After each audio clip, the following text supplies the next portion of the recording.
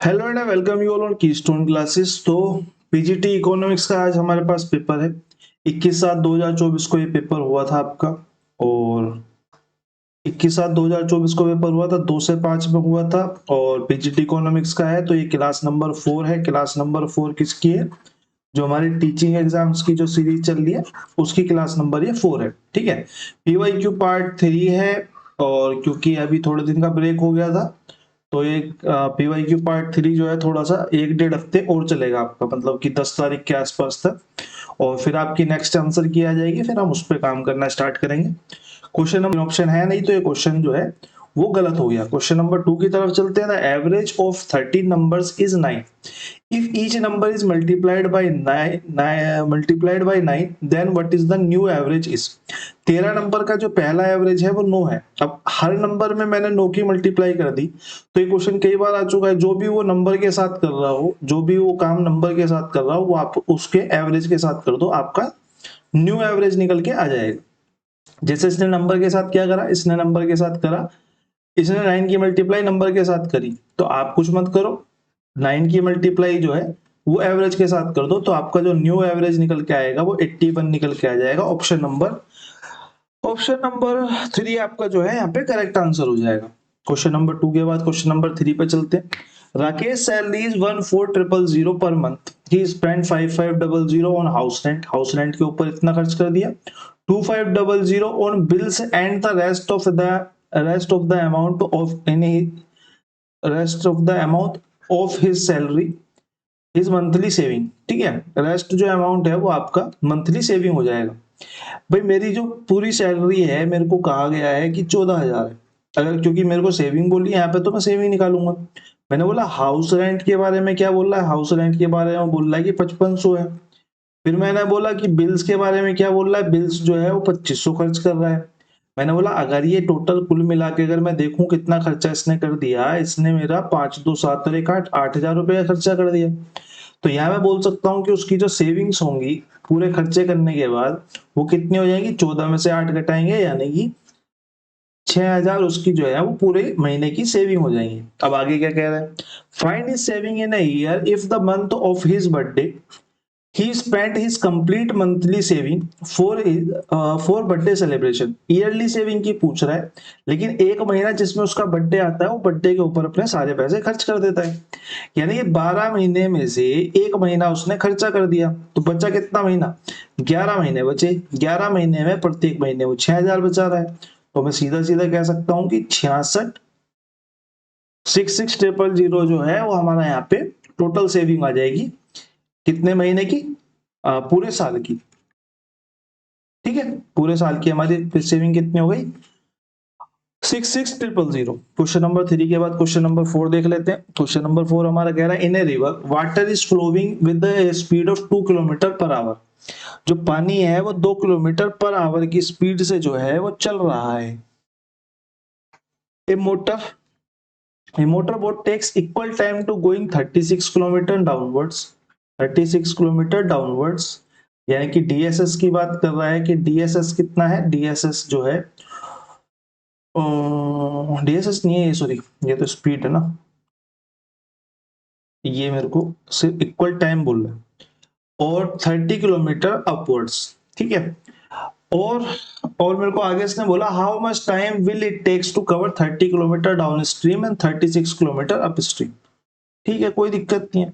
मैंने बोला मेरे को एक तो रिवर की स्पीड दी हुई है और एक मेरे को टाइम इक्वल देके मेरे को यहाँ पे एक रेशियो मिल गया।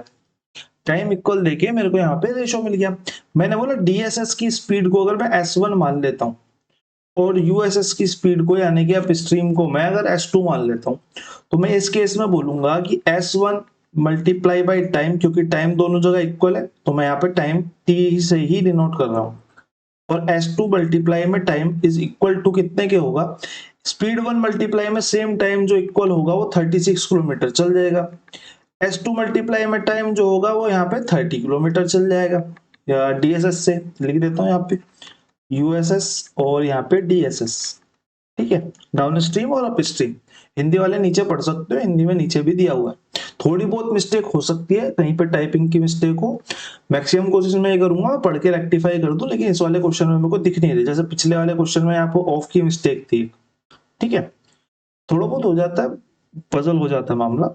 तो यहाँ पे अगर मैं देखूं तो मेरा टी से तो टी कट गया, यानी कि, और यहाँ से इसको मैं काटूंगा तो 6 पंजे 30 और 6 छिंग 36, यानी कि मैं यहाँ से कह सकता हूँ कि स्पीड 1 और स्पीड 2 का जो रेशो है वो यहाँ पे 6 और 5 का है। और मेरे को पता है 6 और 5 जो है वो स्पीड 1 और स्पीड 2 का मतलब ये है कि ये 6 है एस, और ये जो है वो 5 है। मेरे को पता है यूएसएस जो होगा अप स्ट्रीम जो होगा, डाउन स्ट्रीम का मतलब होगा स्ट्रीम के साथ चल रहा है, अप स्ट्रीम का मतलब होगा स्ट्रीम के विपरीत चल रहा है, यानी कि धारा के विपरीत चल रहा है।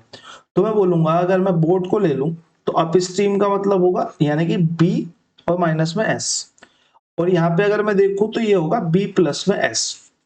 मैं बोलूं अगर मेरे को इस यहाँ पे स्ट्रीम निकालनी है, अगर इस केस में मेरे को स्ट्रीम निकालनी है, तो अगर मैं थोड़ा सा ज्यादा एलेबोरेट करके बताऊं, अगर मेरे को यहाँ पे स्ट्रीम निकालनी है तो मैं दोनों को अगर घटा दूं, अगर मैं दोनों केसेस को अगर घटा देता हूं, b माइनस एस में से मैं घटा देता हूं किसको, b प्लस एस को। ठीक है, अब मेरे को पता है b प्लस एस कितना निकल के आया था, 6 निकल के आया था, माइनस में 1। ठीक बात है, क्या उल्टा लिख दिया हमने कुछ, धारा के अनुकूल हमने उल्टा रेशो निकाल दिया, हमने उल्टा रेशो निकाल दिया। मेरे को कैसे पता चला, क्योंकि यहाँ पे S1 जो है वो कम आना चाहिए कायदे से, तो हमने रेशोज को जो है वो यहाँ पे उल्टा लिख दिया। हमने यहाँ पे जो डाउन स्ट्रीम का था उसकी जगह अप स्ट्रीम लिख दिया, अप स्ट्रीम की जगह हमने डाउन स्ट्रीम लिख दिया, बस इतनी सी गलती हुई है। 6 पंजे 30 और 6 छिंग 36, यानी कि 5/6, यानी कि मैं बोलूंगा 6 माइनस में 5, सॉरी 5 माइनस में 6, 5 माइनस में 6, क्योंकि हमने b प्लस एस को बाद में लिखा है। तो मैं यहां से अगर देखूं इसका ब्रैकेट अगर मैं ओपन करूंगा तो मैं बोलूंगा b माइनस में s माइनस में b और माइनस में s, माइनस का भी कट जाएगा, ये माइनस का 2s बचेगा और इज इक्वल टू 1 के हो जाएगा, माइनस के माइनस से माइनस खत्म हो जाएगा, तो s is equal to 1/2 by the ratio. इस रेशो के अकॉर्डिंग जो s है वो मेरा 1/2 है, लेकिन मेरा एक्चुअल में s कितना है, मेरा एक्चुअल में s 2 किलोमीटर है, तो मैं बोलूंगा कि 1/2 जो है वो इक्वल है किसके, 2 किलोमीटर पर आवर के। तो 1 इज इक्वल टू कितने के हो गया, 4 किलोमीटर पर आवर। तो मैं यहां से ये बोल सकता हूँ कि ये जो 5 की वैल्यू एक्चुअल में 20 किलोमीटर पर आवर होगी स्पीड, और ये जो 6 की वैल्यू है ये यहाँ पे 24 किलोमीटर पर आवर होगी। ठीक बात है। अब अगर आगे मैं देखूं तो मेरे को एक दिया हुआ है कि इससे ले लेते हैं, ठीक है, मेरे को आगे दिया हुआ है कि धारा के अनुकूल 30 किलोमीटर जाने में, 30 किलोमीटर धारा के अनुकूल जाने का मतलब है कि स्पीड जो हो जाएगी वो 24 किलोमीटर होगी। तो मैं यहाँ से 24 नीचे डाल देता हूँ। फिर मैं बोलूंगा धारा के प्रतिकूल कितना जा रहा है, 36 जा रहा है, और धारा के प्रतिकूल जो स्पीड है वो कितनी है हमारी, वो 20 किलोमीटर पर आवर है, 20 किलोमीटर पर आवर है। अब मैंने ऐसे क्यों डाला है, क्योंकि मेरे को टाइम पता करना, टाइम इज इक्वल टू होता है डिस्टेंस अपॉन में स्पीड। ठीक है, स्पीड हम लोगों ने यहाँ पे निकाल ली है, और मेरे को डिस्टेंस यहाँ पे इसने क्वेश्चन में दिया हुआ है 30 kilometre down stream and 36 kilometre up stream. ठीक है, यहाँ से अगर मैं इसको निकालूंगा तो मैं बोलूंगा 4 से तो नहीं कटेगा, 6 चौक 24 और 6 पंजे 30, इसको बोलूंगा 4 निम 36 और 4 पंजे 20, यानी कि 5/4 प्लस में 9/5, यानी कि 25 और 36, 25 और 36 हमारा हो गया 25 दूनी 50, और यहाँ पे हो गया 61/20, 61/20 हो गया, 61/20, 61/20 लग तो, हाँ ठीक है। मेरे से यहाँ पे घंटे में पूछा हुआ है, तो मैं बोलूंगा 20 से 30 घंटे तो 3 घंटे तो पूरे हो गए भाई, 20 दिया 60, बचा कितना, 1/20 बचा। अगर मैं 1/20 को मिनटों में चेंज करूंगा तो ये कितना आ जाएगा, 3 मिनट आ जाएगा, यानी कि 3 आवर्स और 3 मिनट्स में जो है वो डिस्टेंस को पूरा कर लेगा। ऑप्शन नंबर 2 हमारा यहाँ पे करेक्ट आंसर हो जाएगा। अच्छा क्वेश्चन था, थोड़ा सा डीप में ले जाके पूछा हुआ है, बाकी इसका कुछ और अच्छा अल्टरनेट मिलता है मेरे को सोल्यूशन तो मैं आगे आपको करा दूंगा। क्वेश्चन नंबर 4 के बाद क्वेश्चन नंबर 5 पे चलते हैं। What is the HCF of the polynomial x की पावर 4 माइनस 16, x की power 3 minus 6x square plus में 12x माइनस में 8 एंड x की क्यूब माइनस में 2x स्क्वायर माइनस में 4x प्लस में 8। तो मेरे को इस इन तीनों पोलिनोमियल्स के में से मेरे को एचसीएफ पता करना है। देखो सबसे पहली बात जो आपका सबसे छोटा है आपको सिर्फ उसी को पकड़ना है, ठीक है। लेकिन इस केस में क्या है, इस केस में क्यूब वाला छोटा है, अब ये पकड़ने में भी दिक्कत होगी। तो मैं आपको अगर एक बात बताऊं कि मैं अगर इसको पकड़ लेता हूं, जो इसके फैक्टर्स होंगे उनमें से एक फैक्टर ही वो होगा एचसीएफ होगा, वरना फिर 1 होगा। तो मैं अगर इसके फैक्टर देखूं तो मैं बोलूंगा ये जो है ये मेरा x की पावर 4 माइनस में 16 को अगर मैं देखूं तो ये 2 की पावर 4 है। तो मैं आगे इसको ये कह सकता हूं कि x की पावर 2 की पावर 2 है माइनस में ये 2 की पावर 2 की पावर 2 है। इसको ब्रैकेट में क्लोज कर देते हैं। मैंने बोला ये ए स्क्वायर और माइनस में बी स्क्वायर का फॉर्मूला है। मेरे को पता है कि ए स्क्वायर माइनस में B square is equal to A plus B और ए माइनस बी होता है। आगे मैंने करा तो मेरे को पता चला कि अगर मैं इसको तोड़ूंगा तो मेरे को मिलेगा कि एक्स स्क्वायर प्लस में 2 का स्क्वायर और एक्स स्क्वायर माइनस में 2 का स्क्वायर मिलेगा। ठीक बात है। मैंने बोला इसको फिर मैं इस फॉर्म में तोड़ सकता हूँ, इसी फॉर्म में तोड़ सकता हूँ। मैंने इसको दोबारा तोड़ लिया। मैंने बोला एक बार मेरे को मिलेगा x प्लस 2, एक बार मेरे को मिलेगा x माइनस 2। ठीक है। अब या तो फैक्टर क्या हो सकता है, या तो फैक्टर ये हो सकता है, या तो फैक्टर ये हो सकता है, या तो फैक्टर ये हो सकता है। ये वरना फिर एक होगा, वरना फिर सिंगल एक होगा। मैंने बोला एक ऑप्शन में है नहीं। एक्स स्क्वायर माइनस में एक्स स्क्वायर प्लस में 2 स्क्वायर को देख लेते हैं। मैंने बोला 3 ऑप्शन में नहीं है। मैंने बोला x प्लस 2 को देख लेते हैं, x प्लस 2 भी ऑप्शन में नहीं है। मैंने बोला तीसरी वाली जो वैल्यू है या तो ये होगी या तो 1 बची। अब तो मैंने तीसरी वाली वैल्यू को उठा के देखा x माइनस 2 को। मैंने बोला x माइनस 2 हमारा ऑप्शन नंबर 1 में मैच हो जाता है, तो आंसर नंबर 1 हमारा जो है वो राइट आंसर हो जाएगा। बाकी अगर मैं आपको बताऊं, अगर आपको ये तरीका नहीं पसंद आया, मतलब तरीका तो खैर यही है, बाकी इसका जो एचसीएफ का मतलब होता है, एचसीएफ का मतलब होता है कि वो संख्या जो दी गई संख्याओं को पूरी तरीके से काट सके। लघुत्तम समापवर्त का यही तो मतलब होता है, सॉरी महत्तम समापवर्त का, कि जो दी गई संख्याएं हैं वो इससे पूरी तरीके से कटे। अगर दी गई संख्या इससे पूरी तरीके से कटेंगी तो रिमाइंडर आएगा 0। रिमाइंडर अगर 0 आएगा तो मैं ये बोलूंगा जो भी इसमें से आंसर होगा उसके इक्वल आएगा 0। यानी कि अगर मैं दूसरा ऑप्शन पकड़ता हूँ, क्योंकि पहला तो आंसर में पता चल गया, मैंने दूसरा ऑप्शन पकड़ा कि भैया x माइनस 1 जो है वो रिमाइंडर क्योंकि 0 देगा तो मैं इक्वल 0 डाल देता हूँ, तो x की वैल्यू यहाँ से प्लस का बन आ जाएगी। अब इस वैल्यू को उठा के इसमें डाल के देखना है कि कौन सी वैल्यू ऐसी है जो इन इक्वेशंस को 0 कर दे। मैंने बोला मैंने एक उठा के रखा तो यहाँ तो एक ही आया माइनस का 16, यानी कि ये इक्वेशन तो माइनस का 15 निकाल के देगी, जो कि गलत हो जाएगा। अब मैं x की पावर x माइनस 2 को उठा के देखता हूँ, x माइनस 2 को उठा के देखता हूँ। मैंने बोला x माइनस 2 को अगर मैंने उठाया तो यहाँ से मेरी x की वैल्यू कितनी आ गई, x की वैल्यू आ गई प्लस का 2। अगर x की वैल्यू मेरी प्लस का 2 आ गई तो मैं यहाँ पे अगर डाल के देखता हूँ तो 2 की पावर 4 जो होता है वो 16 ही होता है। 16 माइनस में 16 यानी कि 0 कर देगा। यहाँ से अगर मैं देखूं तो 2 दूनी 4 दूनी 8 हो जाएगा, माइनस में 2 दूनी 4 और 6 चौक 24 हो जाएगा, प्लस में 12 दूनी 24 हो जाएगा और माइनस में 8 हो जाएगा। मैंने बोला माइनस का और माइनस प्लस का कट हो जाएंगे, ये माइनस का ये प्लस का कट हो जाएंगे, तो ये भी ठीक है, यहाँ भी सेटिस्फाई हो रही है। मैं थर्ड में भी डाल के देख लेता हूँ। मैंने बोला यहाँ पे डालूं तो यहाँ पे क्या आएगा, 2 दूनी 4 दूनी 8 माइनस में 2 दूनी 4 दूनी 8 माइनस में 2 4 दूनी 8 यानी कि प्लस का 8। कुछ गड़बड़ करिए हम सेकंड, ठीक है भाई। 1 माइनस का 8 1 प्लस का 8 खत्म, 1 माइनस का 8 1 प्लस का 8 खत्म, यानी कि ये जो वैल्यू है वो यहाँ पे भी प्रूव हो रही है। तो हमारा ऑप्शन नंबर 1 जो है वो यहाँ पे इस तरीके से करेक्ट हो सकता है। ठीक है, मतलब एचसीएफ को आपको बस इक्वल में 0 रखना है, जो वैल्यू आएगी उसको डाल के देखना है। कोई ज्यादा टफ क्वेश्चन नहीं था, काफी लोग छोड़ आए होंगे मुझे पता है। क्वेश्चन नंबर 6 की अगर मैं बात करूं, Naresh deposit a sum of 43900 at 20% of rate पर एनम कंपाउंडेड एनुअली। कंपाउंड कब हो रहा है, एनुअली हो रहा है। सबसे जरूरी बात, मेरे को प्रिंसिपल यहाँ से डिपॉजिट है सब, हाँ ठीक है, प्रिंसिपल मेरे को यहाँ से मिल गया, मेरे को यहाँ पे रेट परसेंट मिल गई, मेरे को यहाँ पे कंपाउंडेड एनुअली बोल दिया, फिर इसने बोला था total amount received by Naresh after 2 years. किसकी बात कर रहा है?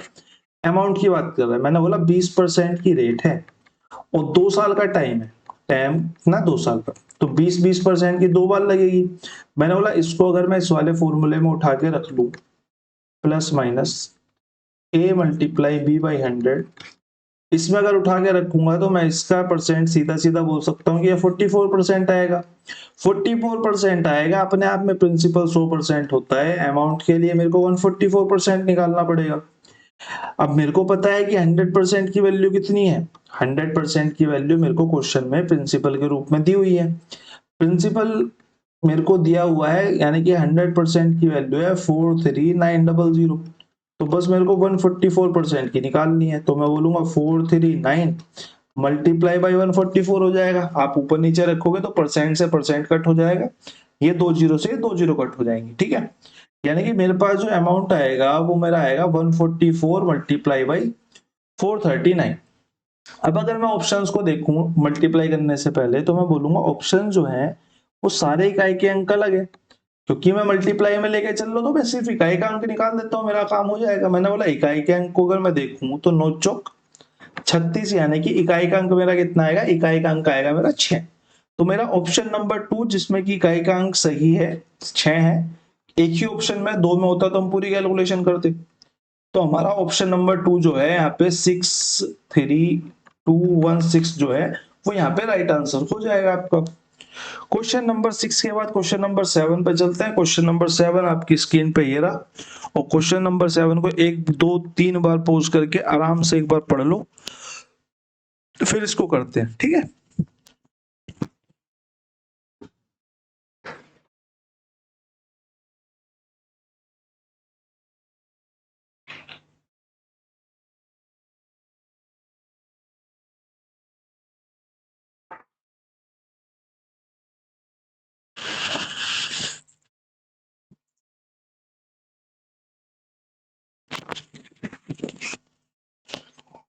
आई होप आप लोगों ने पॉज करके पढ़ लिया होगा क्वेश्चन। अब इस क्वेश्चन को करते हैं। The maximum load in tons that a square based cubical pillar can hold is directly to the fifth power of the length. क्या है? डायरेक्टली है, directly to the fifth power of its length of the side of the base and inversely proportional. Directly proportional लिखना है, यहाँ पे भूल गया, और यहाँ पे डायरेक्टली प्रोपोर्शनल है, यहाँ पे क्या है, यहाँ इनवर्सली प्रोपोर्शनल है। इसके हिंदी वाले नीचे पढ़ सकते हो, हिंदी वाले नीचे एक वर्ग का ना अधिकतम बार धारण करने की क्षमता लंबाई की कहाँ गया,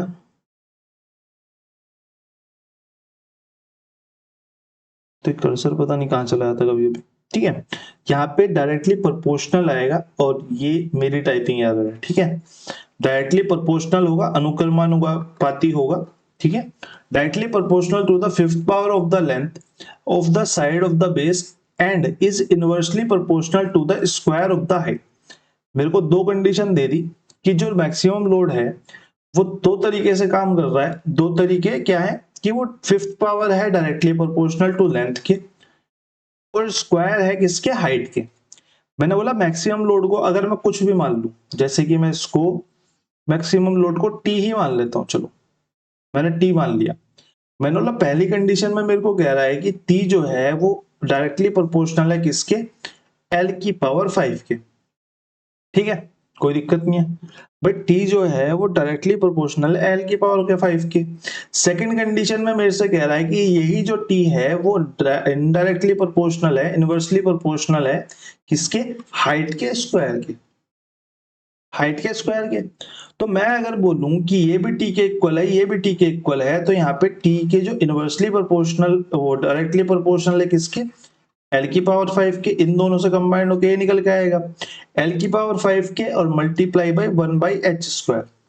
अब इस साइन को हटाने के लिए मैं कुछ भी एक कांस्टेंट मान लेता हूं, जो कि जनरली जो माना जाता है वो हमारा है k, ठीक है।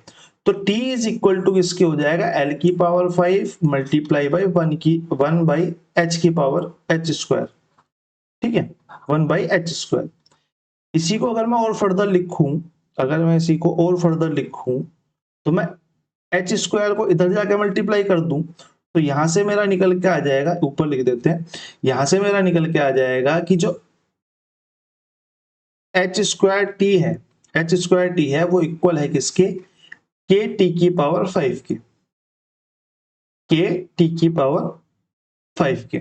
ठीक है, अब क्वेश्चन मेरे को क्या कह रहा है, क्वेश्चन मेरे को कह रहा है कि अब मेरे को इसने कंडीशन दी, अब ये कंडीशन मैंने निकाल दी, अब मैं कंडीशंस पढ़ूंगा। ठीक है, if a 16.0 metre high pillar having a square base whose each side is 2 meter long can support a maximum load of 640 tons. How many tons can he be supported by the pillar having a height of 12 meter, square base whose length is 3 metre. ठीक है, मेरे को पहली condition में क्या दिया, मेरे को पहली कंडीशन में हाइट दे दी कितनी, 16। मैंने यहां उठा के इसको डाला, मैंने बोला मेरे को क्या निकालना है, मैंने बोला मेरे को क्या निकालना है, असली मुद्दा तो मेरे निकालने का भी तो है। मेरे को यहाँ पे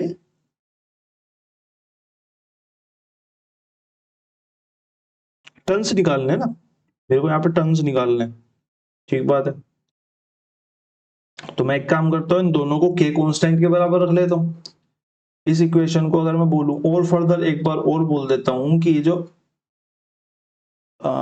ये टी नहीं था यार, ये टी क्या था, ये एल था, के एल की पावर 5। ठीक है, एल की पावर 5, तो मैं यहां से बोलूंगा के इज इक्वल टू किसके, एच स्क्वायर टी अपोन में एल की पावर 5 के।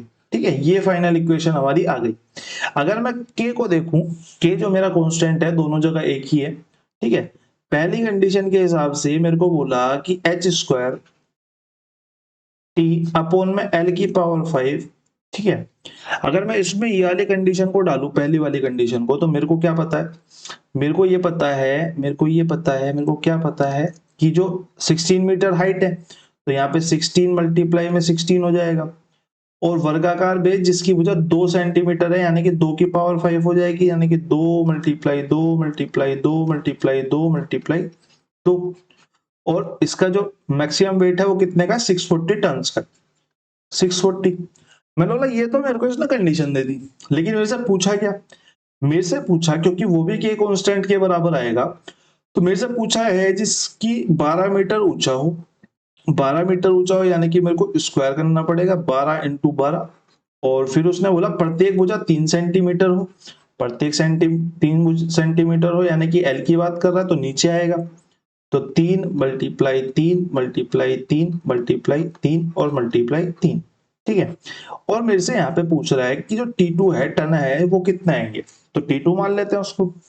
अब T2 को निकाल देते हैं, और 3 से काटेंगे तो 3 चौक 12 और 3 चौक 12, और किसी से कुछ कटेगा, 4 चौक 16, चौका 64, 40 हो जाएगा, 2 दूनी 4 और 4 दूनी 8, पंजे 40। ठीक है, 5 हो जाएगा, और फिर मैं बोलूंगा 2 दूनी 4 है तो 4 को इससे काट देते हैं, 4 चौक 16, तो यहां से अगर मैं 5 चौक 20 और 16 दूनी 32, यानी कि हमारा T2 कितना आ जाएगा, ये आ जाएगा 5 चौक 20 16 दूनी 32, 320 मल्टीप्लाई में 3 तिया 9 तिया 27, 3 तिया 9 तिया 27 को अगर मैं देखूं तो मैं इकाई के अंक पे जाऊंगा तो मेरे 3 ऑप्शन मैच हो रहे हैं, दहाई के अंक पे, एक्चुअली दहाई के अंक पे मेरे 3 ऑप्शन मैच हो रहे हैं। मेरे को पता है 1 0 तो आएगी, ये ऑप्शन तो मैं लगा ही नहीं सकता, ये तो गलत हो गया। 6 वाला नहीं आएगा क्योंकि यहाँ जो दहाई का अंक आएगा 7 दूनी 14 4 आएगा, तो ये ऑप्शन कट गया। अब मेरे पास 2 ऑप्शन बचे और दोनों ही सेम है, लक बाई चांस दोनों ही सेम है, क्योंकि यहाँ पे थोड़ी सी टाइपिंग एरर ये है। ठीक है, ये टाइपिंग एरर हुई है, ऑप्शन कुछ और होगा, ये मे बी 8460 होना चाहिए था, तो इकाई के अंक से ये निकल जाता और आपका ऑप्शन नंबर 3 जो है यहाँ पे करेक्ट हो जाता। 8640 टन जो है वो यहाँ पे राइट आंसर हो गया। ठीक बात है, क्वेश्चन नंबर 7 के बाद क्वेश्चन नंबर 8 की तरफ चलते हैं। ये आपका हिंदी में जो आया हुआ था वो मैंने लगा दिया है, पता नहीं क्यों लगाया, एक्स्ट्रा पढ़ने के चक्कर में लगाया था शायद। क्वेश्चन नंबर 8 पे चलते हैं। Find the volume of a hemisphere with the radius equal to the circle with a circumference of 66 centimetre. 66 centimetre परिधि वाले वृत्त के बराबर त्रिज्या वाले अर्धगोले का आयतन बताओ। भाई वृत्त की परिधि कितनी है 66 और त्रिज्या जो हेमिस्फीयर की है अर्धगोले की वो बराबर है इसके। तो मैं बोलूंगा परिधि है अगर वृत्त की तो यानी कि 2 पाई आर की बात कर रहा है, यानी कि 2 पाई आर की वैल्यू मेरे को 66 दी हुई है। तो मैं अगर यहाँ पे वैल्यू डालता हूं तो 2 multiply 22/7 multiply R is equal to 66 के। तो 22 तिया 66 और 7 तिया 21/3 हो जाएगा। आर इज इक्वल टू 21/3 हो जाएगा।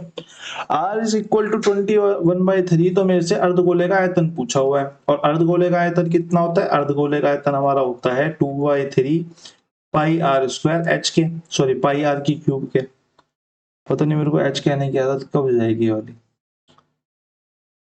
पाई आर की क्यूब के। वैसे भी एच कहने से कोई फर्क नहीं पड़ता है क्योंकि जो अर्धगोला होता है, अर्धगोला ये जो अर्धगोला है ये भाई साहब जो है हमारे, इनकी जितनी आर होती है उतनी ही इनकी हाइट होती है, यानी कि ये भी तो आर ही होती है। तो R is equal to H होता है, तो मेरे को वही आदत पड़ी हुई है 2/3 पाई आर स्क्वायर एच बोलने की, पता नहीं क्यों। और यहां से अगर मैं इसको सोल्व करता हूं तो ये हमारा 2/3 multiply by 22/7 multiply by R की क्यूब की अगर मैं बात करूं तो आर मेरी कितनी निकल के आई है 21/3, 21/3 मल्टीप्लाई 21/3 मल्टीप्लाई 20, 3 7 21 होता ही है। अरे तो 22 से 66, ठीक है 7 से 21, ये 2 आएगा, सॉरी ये 2 है ना कि 3 है, बटे में 2 आएगा, ये 2 है 2, 21/2 और 2 और 2 मैं बोलूंगा 2 2 1 2 और ये 11, 7 या 21 से ये खत्म और 21 21 441, 441 मल्टीप्लाई बाई 11 यानी कि 1 4 और 1 5 4 और 4 8 और 4 बटे 2, 2 से इसको काटेंगे तो 2 दूनी 4 2 चौक 8 2 दूनी 4 और 2 पंजे 10 और 2 पंजे 10, ठीक है 2425 0.5 जो है वो हमारा यहाँ पे राइट आंसर आ जाएगा, यानी कि ऑप्शन नंबर 3 हमारा यहाँ पे करेक्ट आंसर हो जाएगा। क्वेश्चन नंबर 8 के बाद क्वेश्चन नंबर 9 पे चलते हैं। क्वेश्चन नंबर 9 हमारा कह रहा है the distance between 2 points in map, map की बात कर रहा है 9 सेंटीमीटर है। The scale of the map is 1 ratio में 1 सेंटीमीटर जो मैप के ऊपर है वो एक्चुअल में कितना है, वो इतने सेंटीमीटर है 81,008, ठीक है। ये मैप वाला जो है वो है सेंटीमीटर और ये एक्चुअल है, ठीक है, ये बात कर रहा है, ठीक है। The actual distance between the 2 points in kilometre is, क्योंकि ये एक्चुअल है और ये सेंटीमीटर के अंदर है तो मैंने बोला 1000 से डिवाइड करना पड़ेगा मुझे इसे। मैंने बोला 9 सेंटीमीटर जो मैप पे है वो एक्चुअल में कितना होगा 9 मल्टीप्लाई बाई 181,008, ठीक है, और डिवाइडेड बाई किसके, क्योंकि मेरे से किलोमीटर में पूछा है तो मैं इसको सेंटीमीटर में है ना, तो 1 मीटर में 100 सेंटीमीटर और 1 किलोमीटर में 1000 मीटर, तो इससे डिवाइड कर देंगे।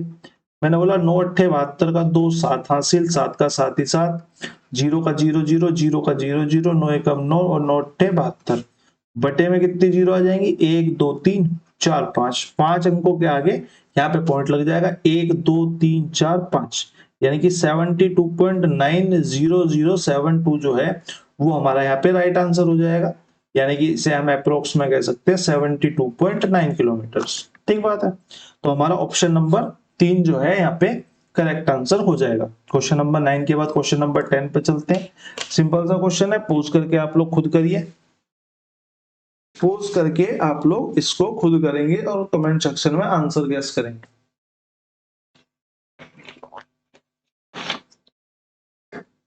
वैसे मेरे को कमेंट सेक्शन में बताना ये जो एलडीसी वगैरह के पेपर है इनकी डेट वगैरह आई या नहीं आई अभी तक।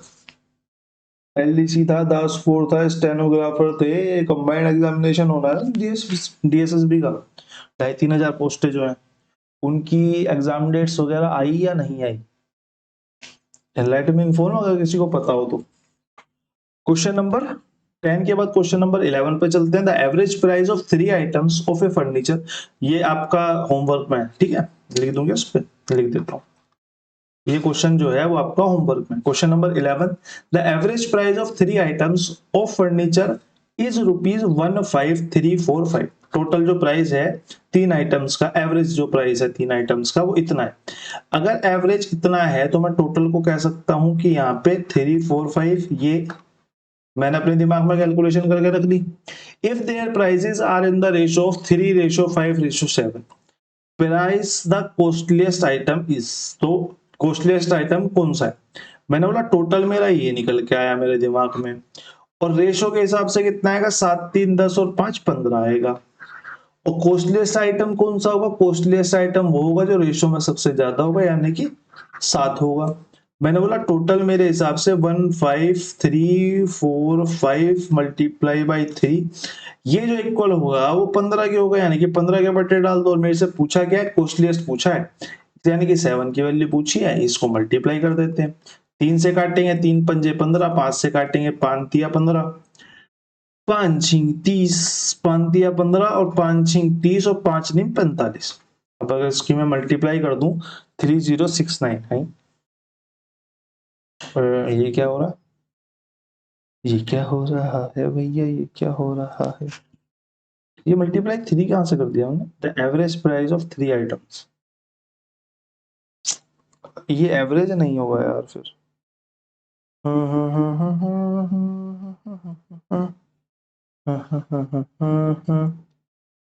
क्योंकि एवरेज होगा फिर तो गड़बड़ हो जाएगी। नहीं होगी ना गड़बड़? गड़बड़ क्यों होगी? इकाई का अंक देखूं मैं तो मैं सॉरी, मैंने नीचे ऑप्शन ही नहीं देखा, मुझे लगा 5000 ही मैक्सिमम है, और यहाँ पे 7 या 21 बन जाता, लेकिन फिर भी नहीं हो पाएगा भाई। फर्नीचर में 3 वस्तुओं का औसत, 1 सेकंड हो जाओ मैं पेपर देख लेता हूँ, इतनी टाइपिंग मिस्टेक होनी तो नहीं चाहिए थी। एवरेज प्राइस और टोटल प्राइस में गड़बड़ तो नहीं होनी चाहिए।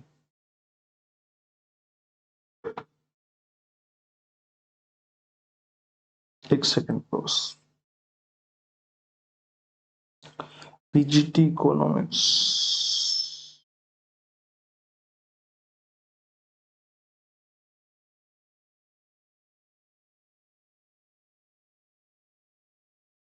Question number 11, question number 11, the average price of 3 items of a furniture is this in the ratio of this, the price of the costliest item is, the average price of 3 items of furniture, ठीक बात है, इतना है। Average इतना है तो total कितना आएगा? 15345 मल्टीप्लाई बाई 3, ठीक है। If their prices are in the ratio of 7:3:5:7, the price of the costless item multiply by 7 भी होगा।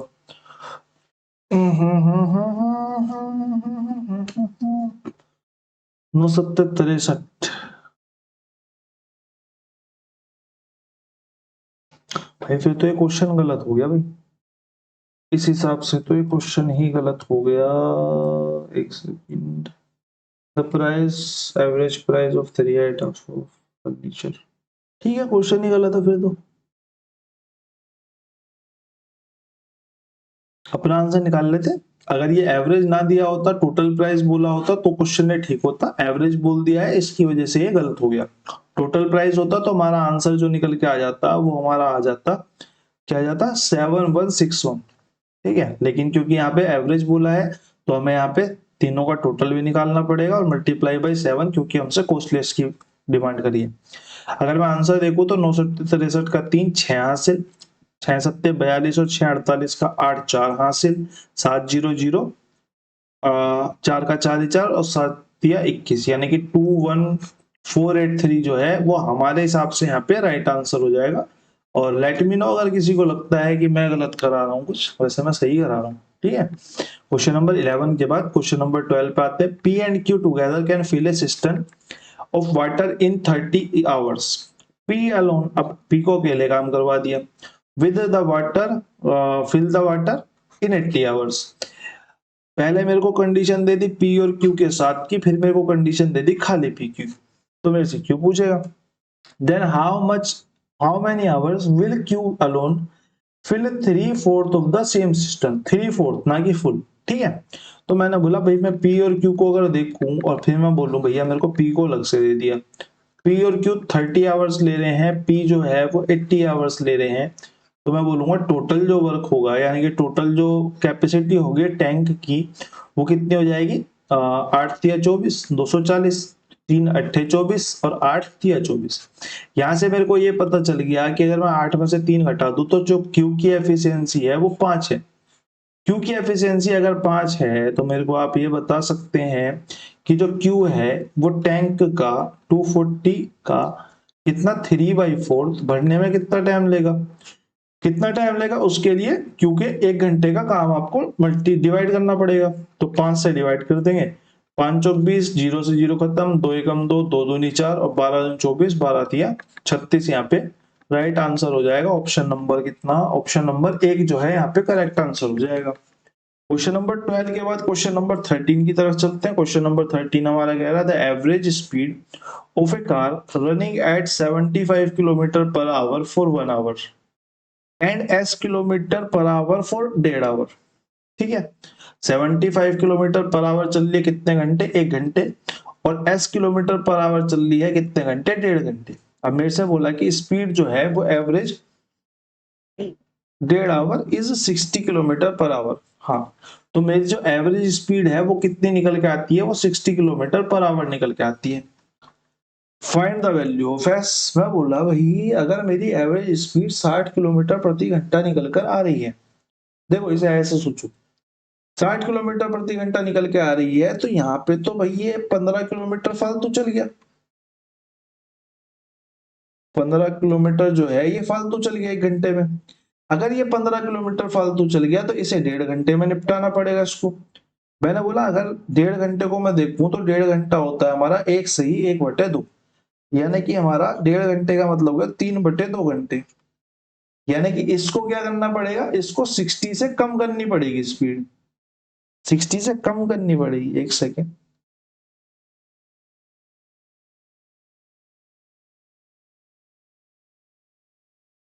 एस का मान याद कीजिए ना। हाँ, तो इसको 60 से कम करनी पड़ेगी, कितनी कम करनी पड़ेगी, जिससे कि ये 15 किलोमीटर जो है वो घट जाए। मैंने बोला 15 किलोमीटर पर जो है मेरे को डिस्टेंस जो है वो घटाना है और 3/2 घंटे में। तो मैंने बोला 3×5 = 15, तो मेरे को 10 किलोमीटर प्रति घंटा जो स्पीड है वो कम करनी पड़ेगी। किससे कम करनी पड़ेगी, एवरेज से कम करनी पड़ेगी, यानी कि 60 माइनस में 10 कितना हो गया हमारा, 50 किलोमीटर प्रति घंटा जो है वो 1.5 घंटे तक स्पीड रहेगी। स्पीड रहेगी 50 किलोमीटर प्रति घंटा, यही एस है। तो एस की वैल्यू हमारी कितनी आ जाएगी, वो हमारी आ जाएगी 50 किलोमीटर प्रति घंटा, यानी कि ऑप्शन नंबर 1, ठीक है। अगर आपको ऐसे नहीं सोचना है तो आप अल्टरनेटिवली ऐसे सोचो, मतलब कि करो कि 75 किलोमीटर तो चल लिया 1 घंटे में। अब अगर ये पूरे 2.5 घंटे चलता, पूरे 2.5 घंटे का मतलब है 2 सही 1/2 यानी कि 5/2 घंटे, 5/2 घंटे, जहां पे एवरेज स्पीड कितनी होती है 60 किलोमीटर प्रति आवर। यानी कि अगर मैं 30 बोल दूं तो 5×3 = 15 यानी कि 150 किलोमीटर जो है वो यहाँ पे डिस्टेंस ट्रेवल कर लेता 2.5 घंटे में।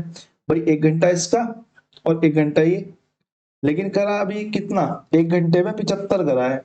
तो बाकी बचा हुआ 75 कितने घंटे में करेगा, बाकी बचा हुआ 75 वो 3/2 घंटे में करेगा। तो 3/2 से डिवाइड कर देते हैं, 2 ऊपर मल्टीप्लाई में चला जाएगा, तो 1.5 घंटे में स्पीड जो होगी वो कितनी हो जाएगी हमारी, 3×2 = 6 और 3×5 = 15 यानी कि 25×2 = 50 किलोमीटर हमारी जो है यहाँ पे वो स्पीड निकल के आ जाएगी। ठीक बात है। क्वेश्चन नंबर 15 के बाद, सॉरी 13 के बाद 14 पे चलते हैं। Two students appear in an examination, one score 9 marks more than the other and his marks were 60% of the sum of their marks. ठीक है, मैं इसको बोला कि एक बंदा जो है वो स्कोर करता है कितना, 9 ज्यादा दूसरे से। मैंने बोला पहला बंदा ये हो गया, दूसरा बंदा ये हो गया। अगर ये बाई चांस x जो है वो रिसीव कर रहा था, तो ये जो है वो x+9 रिसीव कर रहा है। अब मेरे को अगली कंडीशन में कहता है और जो इसके मार्क्स हैं वो टोटल मार्क्स के 60% है, टोटल मार्क्स के 60% है, यानी कि x+9 की जो वैल्यू है वो 60% है। x प्लस 9 की जो वैल्यू है वो 60% है, 60/100 किसकी, टोटल मार्क्स की। मैंने बोला टोटल जो इन्होंने सम जो अर्जित करा है वो कितना है, वो है हमारा 2x प्लस में 9 के। अगर मैं इसको इससे काट दूं, और ये क्योंकि ब्रैकेट में बंद है, और इसको इससे काटूंगा तो 2 बार, 3 बार, सॉरी 3 बार, और ये 5 बार, और ये हो गया हमारा 3x प्लस में 9×27 इज इक्वल टू 5 दूनी 10x प्लस में 9×5 45 के। ठीक बात है। अब यहां से मैं वैल्यूज को अगर इधर लेके 3x को इधर ले जाऊं, 3x को इधर ले जाऊं, 45 को इधर ले जाऊं, तो माइनस का हो जाएगा भाई। फिर तो ये मामलो जो है वो माइनस का है जाएगा। कछु गड़बड़ कर दी क्या हमने?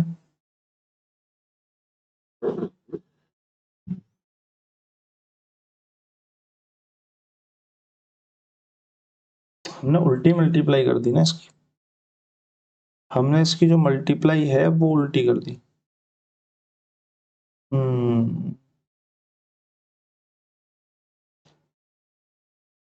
या फिर मैं एक काम करता हूँ, रेशो मेथड से करें। रात ज्यादा हो गई, नींद आ रही है। रेशो मेथड से करते हैं इसको, या इससे ही कर लेते हैं, फिर कोई दिक्कत नहीं, इसी से कर लेते हैं। मैंने मल्टीप्लाई गलत कर दी ना इसकी, क्योंकि ये 60% है तो ये तो 100% है ना। तो मैं इसको ऐसे बोलूंगा कि ये इसके बराबर करने के लिए मेरे को क्या करना पड़ेगा, क्योंकि ये 60% के बराबर है तो इसके बराबर करने के लिए मेरे को 100 से मल्टीप्लाई करनी पड़ेगी।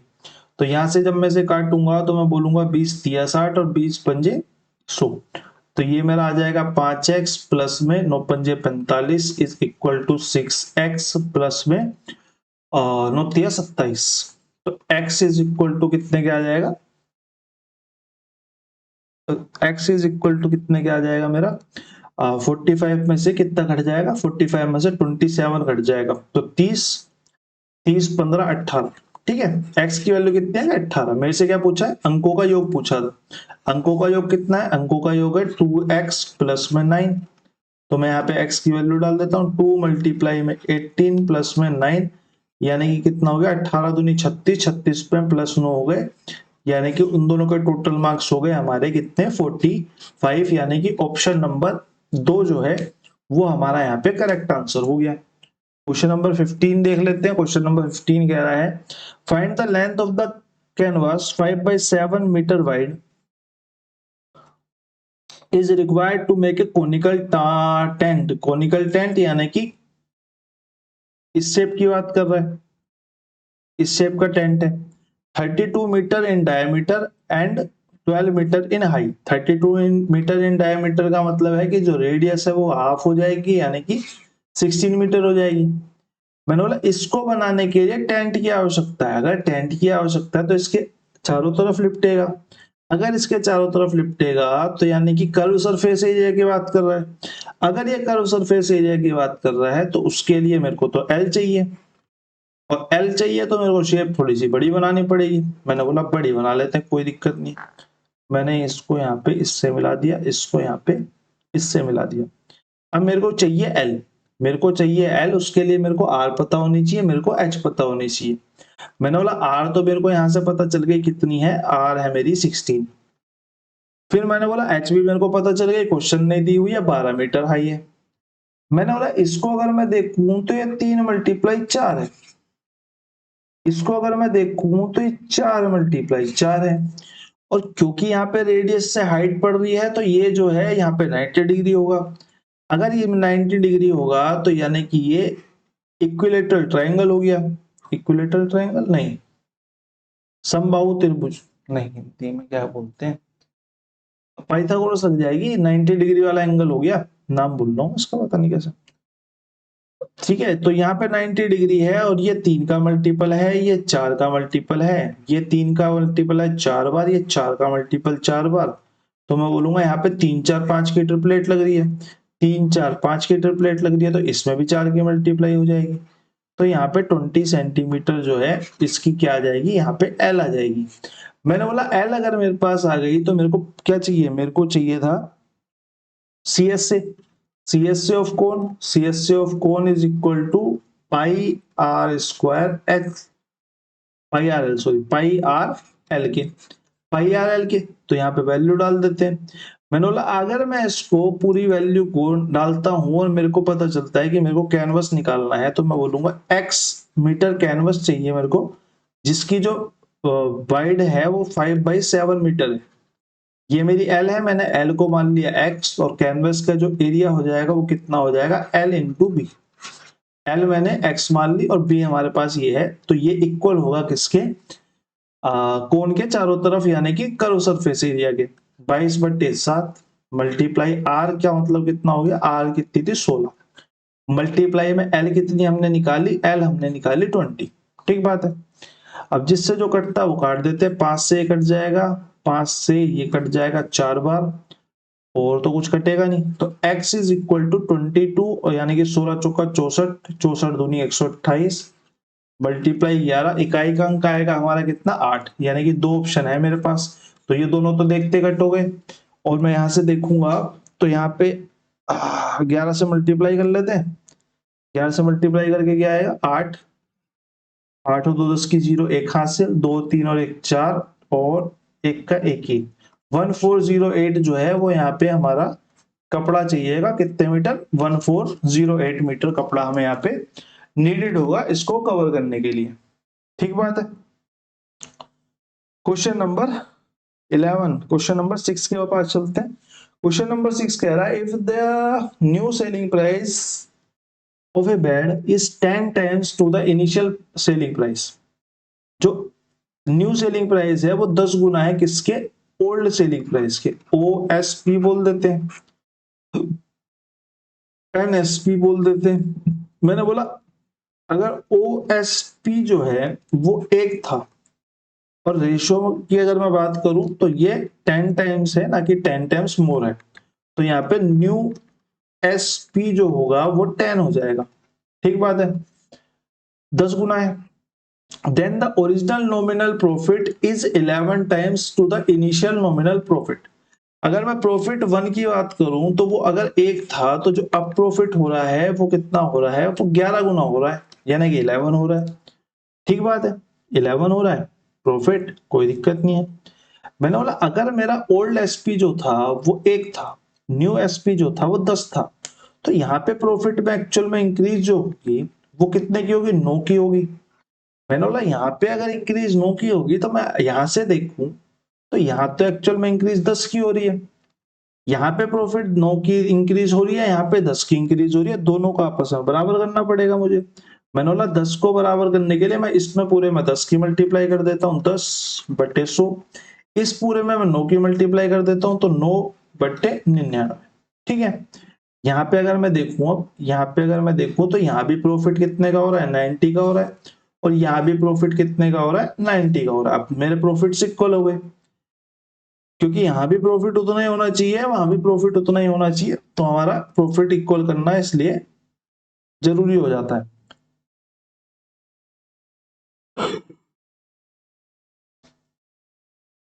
अब अगर मैं आगे देखूं तो मेरे से पूछा प्रारंभिक लाभ जो होगा वो कितना होगा।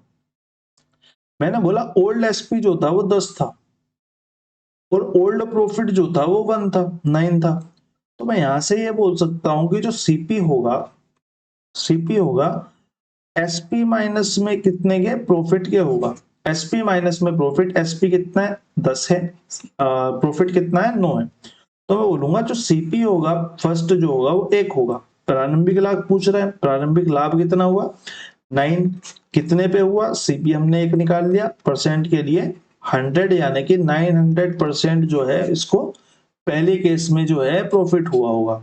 ऑप्शन नंबर 4 यहाँ पे हमारा करेक्ट हो जाता है। क्वेश्चन नंबर 16 के बाद क्वेश्चन नंबर 17 देखते हैं। आज के लिए क्लास इतनी रखते हैं, अभी के लिए क्लास इतनी रखते हैं। कोशिश करूंगा 3 क्वेश्चन रह गए, 17 18 19 20 4 क्वेश्चन रह गए, वो आपके थोड़ी देर बाद अपलोड कर दूंगा मैं एक छोटी सी वीडियो बना के। और इतना आप लोग पढ़ते रहिए, धन्यवाद। अभी बहुत तेज नींद आ रही है, बहुत बहुत धन्यवाद।